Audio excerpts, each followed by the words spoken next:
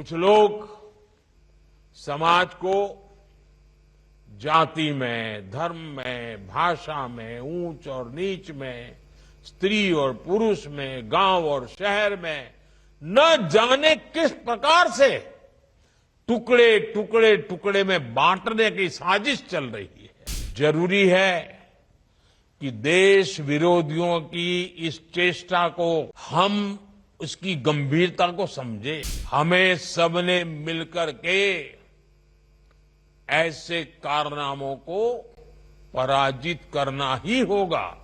विकसित भारत के लिए हमारे युवा सशक्त होने चाहिए। आज दुर्भाग्य से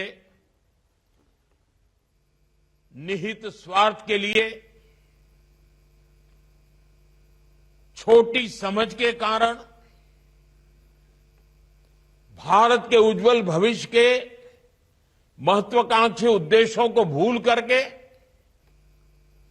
कुछ लोग समाज को जाति में, धर्म में, भाषा में, ऊंच और नीच में, स्त्री और पुरुष में, गांव और शहर में न जाने किस प्रकार से टुकड़े टुकड़े टुकड़े में बांटने की साजिश चल रही है।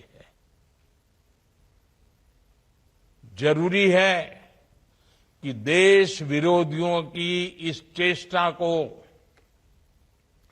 हम उसकी गंभीरता को समझे, उस संकट को समझे और हमें सबने मिलकर के ऐसे कारनामों को पराजित करना ही होगा।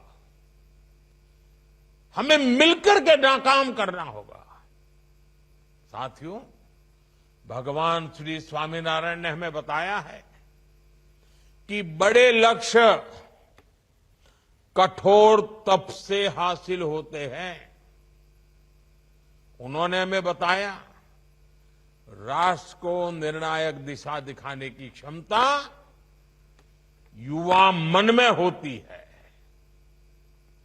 उन्होंने हमें सिखाया कि युवा राष्ट्र का निर्माण कर सकते हैं और करेंगे। इसके लिए हमें सशक्त, समर्थ और शिक्षित युवाओं का निर्माण करना होगा। विकसित भारत के लिए हमारे युवा सशक्त होने चाहिए।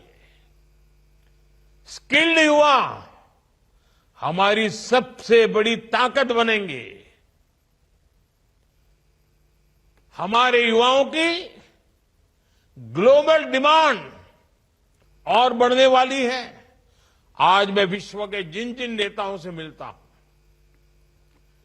ज्यादातर नेताओं की अपेक्षा रहती है कि भारत के युवा, भारत का स्किल्ड मैन पावर, भारत के आईटी सेक्टर के नौजवान उनके देश जाएं, उनके देश में काम करें।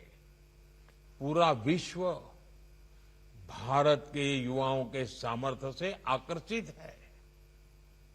ये युवा देश ही नहीं बल्कि विश्व की जरूरतें भी पूरी करने के लिए तैयार होंगे। इस दिशा में भी हमारे प्रयास राष्ट्र निर्माण में बहुत सहायक होंगे। If you like this video, then like, share and subscribe to ET Now.